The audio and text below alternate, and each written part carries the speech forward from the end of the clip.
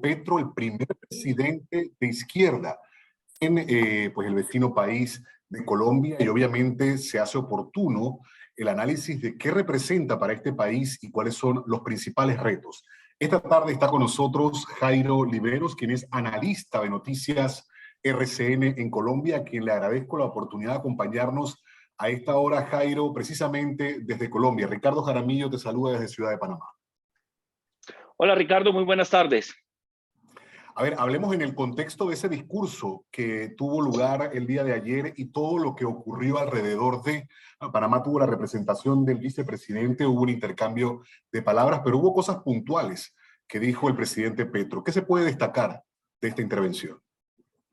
Creo que se pueden destacar muchas cosas, no solamente el decálogo, que fue la parte final de su intervención en donde estableció unas pautas de comportamiento en materia de política pública como principios orientadores de su plan de desarrollo. Empiezo por elementos que son trascendentales. El primero, este es un gobierno de cambio y lo demostró inmediatamente en la Plaza de Bolívar cuando cambió por completo un evento que históricamente, en el caso colombiano, se había convertido en un evento excluyente y exclusivo. Un evento donde tú veías habitualmente a las mismas personas o a los integrantes de turno del Congreso. Cambió por completo el entorno, adelantó actividades culturales, llevó a gente de diferentes procedencias, orientaciones y principios filosóficos. ¿Y por qué traigo a colación esto?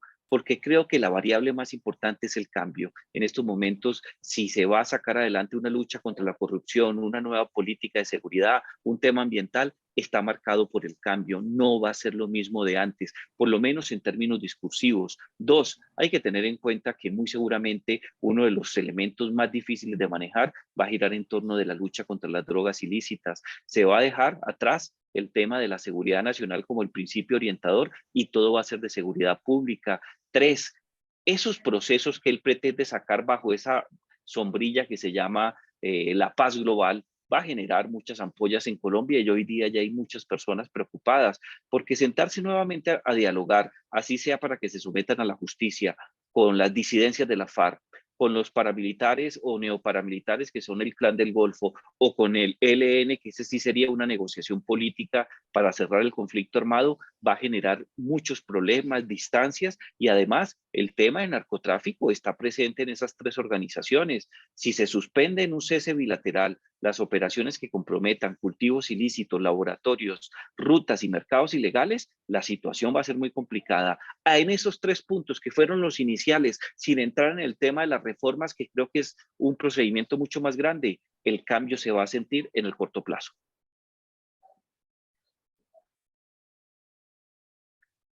Te perdí, Ricardo. No te escucho. Disculpa, tenía el micrófono apagado. Para avanzar en la conversación, ayúdanos colocando el dispositivo en posición horizontal. Está horizontal. Sí, bueno, entonces tiene de alguna manera la versión para estar de forma vertical, no hace el acompañamiento cuando se gira, pero bueno, luego corregimos eso quizá. Mira, Ahí, así es ahí está vertical. mejor. Sí, ahí está vertical, lo vemos vertical, pero está ya enderezado. Lo teníamos hace un momento de lado. Y esos temas que son definitivamente los que aquejan de forma profunda a la población, porque vemos un tema o los efectos precisamente en materia de inseguridad o en materia el tema laboral, por ejemplo, el salario mínimo, las actividades laborales y demás. ¿Qué se ha podido conocer en función de ello? Porque una reforma definitivamente impacta la vida empezando por esas áreas. Pues la reforma es una reforma que entra a regular y de manera particular a gravar diferentes actividades. La reforma tributaria fue radicada en la Cámara de Representantes hace muy pocas horas, entre 10:30 y 11 de la mañana. Esa reforma busca que mayores personas, de acuerdo a sus ingresos, no solamente declaren, sino que estén dispuestas y comprometidas de manera solidaria, pero por obligación legal, en aportar de acuerdo a su capacidad económica. La idea igualmente es gravar cierto tipo de bienes y servicios que están relacionados con actividades presentadas o producidas por grandes corporaciones que no tenían impuestos. Estamos hablando de impuestos, por ejemplo, relacionados con la salud pública frente a cierto tipo de producción de productos o de comidas que se conocen comúnmente como comida chatarra, los impuestos relacionados con los productos de gaseosas o que tengan contenido de azúcar. Se trata también de que las personas que se ganan aproximadamente $2,000 tienen que declarar y tienen que pagar renta. Viene un cambio muy fuerte sobre ese particular. De otro lado, también están una serie de impuestos que se van a establecer a las propiedades rurales improductivas o que no tengan una destinación en donde el impacto social y la producción de alimentos tenga una connotación que genere procesos industriales o por lo menos genere un número importante o un número por establecer de puestos. Hay que tener en cuenta que Colombia es el cuarto país más inequitativo del mundo, el tercero en América Latina, es el más inequitativo de Sudamérica. Hay una concentración de la tierra gigantesca que es la plata, que termina siendo vinculada con actos de corrupción o con actos del narcotráfico. Entonces esa tierra que está improductiva tiene que empezar a pagar. Eso ha causado mucha preocupación. Consideran que pueden ser impuestos confiscatorios, pero si uno mira la historia de las reformas, no solamente en América Latina, sino a nivel global, son reformas agrarias muy duras, en donde lo que se busca es una redistribución de la riqueza, entregarle tierras a personas que han sido despojadas de ellas o que no han tenido la oportunidad de tenerlas para producir e igualmente fortalecer los procesos industriales. Pensar que Colombia, con una frontera agrícola tan importante, no va a poder establecer este tipo de impuestos, pues sería renunciar a tener soberanía y seguridad alimentaria. Este segundo paquete es muy polémico. También se discute sobre la necesidad de establecer penas de cárcel para los evasores. Eso va a generar muchas controversias en el Congreso de la República, pero creo que muy seguramente con el enriquecimiento en el Congreso de la República vamos a tener una muy buena reforma tributaria. Mucho se habla acerca de esa expectativa que hay de acciones disruptivas y yo creo que parte ya ha sido definitivamente la designación de figuras que si bien podría esperarse sería el corte al que recurriría el presidente Petro, pero también las decisiones que se tomen en ese sentido. Y sobre todo en un país en donde una primera vuelta estuvo bastante polarizada la decisión de la ciudadanía. ¿Cómo está? ¿Hay algún muestreo que se pueda tener? Obviamente, digo, la toma de posesión fue ayer, pero previo a cuál es la percepción que se puede establecer de la población en cuanto a esas expectativas que hay de decisiones que de alguna manera rompan con una tradición que para muchos es más distante a los más necesitados o a los más vulnerables, mientras que la repartición, como has mencionado, es tan inequitativa.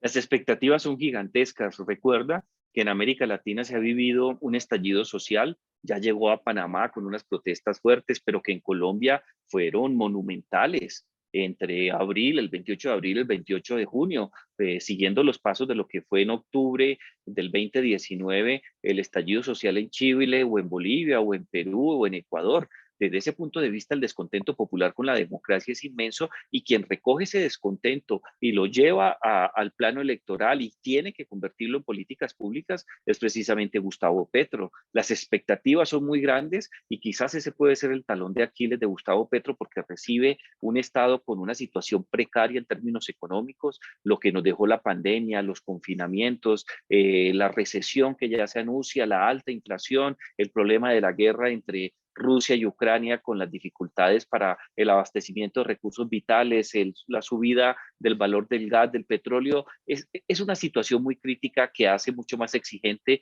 las expectativas sociales. Pero si hablamos desde el punto de vista de cómo están viendo los colombianos a Gustavo Petro, entra en una luna de miel por dos motivos. Como nunca antes en la historia, en los últimos 30 años de vida política, cuando Gustavo Petro dejó la guerrilla, en estos momentos tiene 61% de aceptación. Es el segundo mandatario en las últimas 5 décadas que llega con un nivel tan alto de aceptación popular, solo por debajo de los 76 puntos porcentuales de la primera administración de Álvaro Uribe Vélez por allá en el año 2002. Desde ese punto de vista, creo que hay elementos para estar tranquilos con esa buena imagen y logró construir además un gran acuerdo nacional en donde tiene el apoyo de los principales partidos políticos, lo cual le va a permitir navegar tranquilamente por lo menos entre 6 meses a un año mientras saca las reformas más importantes de esta administración.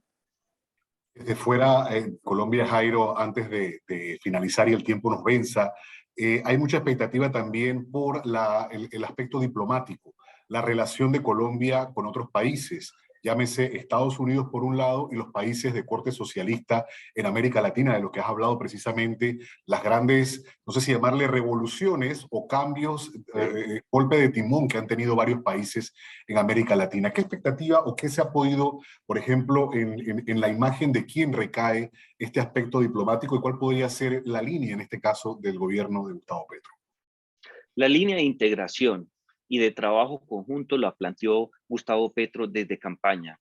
Hay que tener en cuenta que muy seguramente si Lula da Silva gana las elecciones de primera o de segunda vuelta en octubre, a final de año vamos a tener 11 mandatarios de izquierda, 8 por la línea democrática, más las 3 dictaduras de Caracas, La Habana y Managua. Eso implica que 1 de cada 3 gobiernos en América Latina son de corte de izquierda. Regresaría o empezaría a dar un vuelco muy importante el péndulo en el espectro político hacia la izquierda, pero la izquierda no tiene un vocero que los aglutine. Creo que Gustavo Petro, por lo que ha dicho en campaña, por lo que dijo en su discurso de tener una América Latina integrada política y económicamente, que tener un solo patrón de moneda, de establecer mecanismos que le permitan negociar a toda América Latina en conjunto con Asia, con el mundo árabe, con Europa y con Estados Unidos, hace interpretar que va a haber un proceso muy fuerte de integración y Gustavo Petro quizás pueda ser la persona que encarne ese liderazgo de acuerdo a lo que pase en Brasil.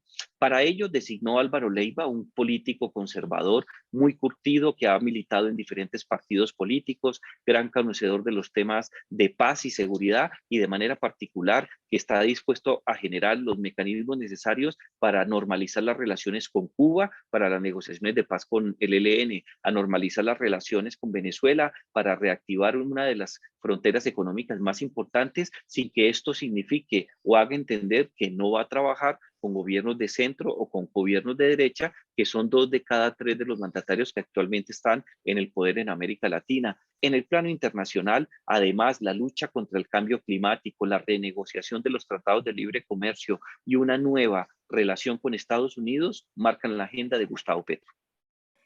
La integración podría ser parte de esa llamada paz global, si no tengo el término equivocado, pero se habla Paz de un total, proceso de, sí, paz paz, total, paz paz total total. exactamente, de la que se ha hecho referencia cómo se puede interpretar este concepto.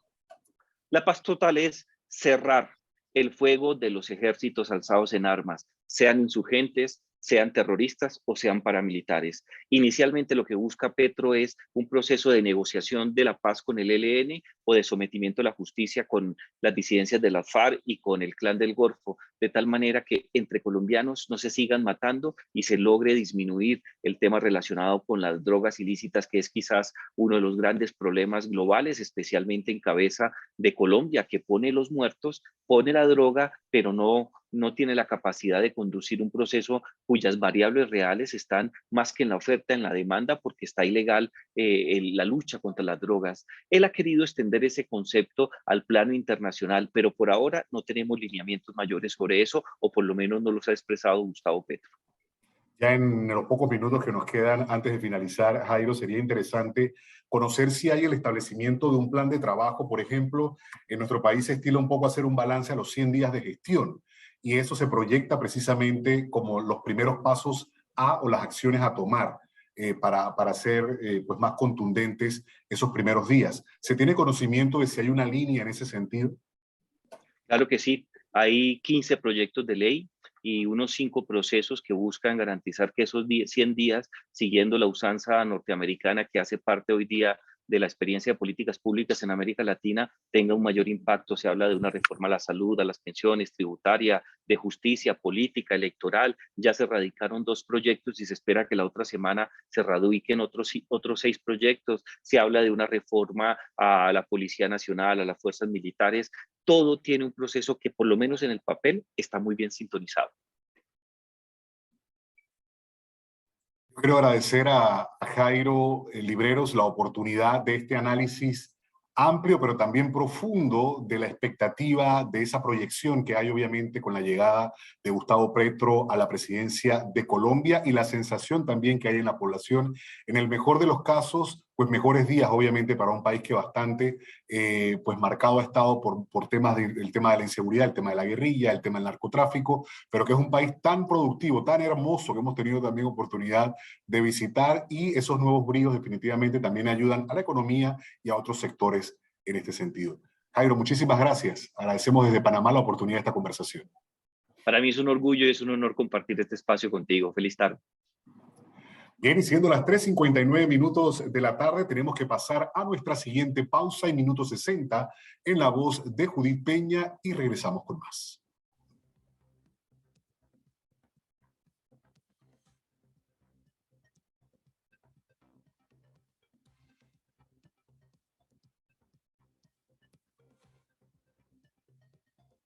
Los temas que se necesitan profundizar continuarán en breve en Es Cuestión de Ley.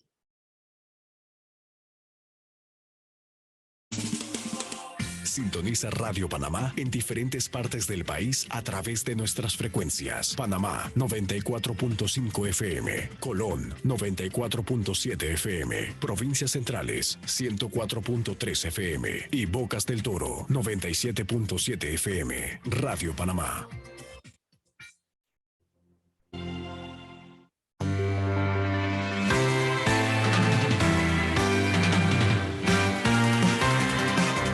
Actualidad, noticias y deportes a la hora, aquí en Radio Panamá. Este es el Minuto 60. Buenas tardes, bienvenidos al Minuto 60. Soy Judith Peña, actualizando información de la hora. Y es que luego de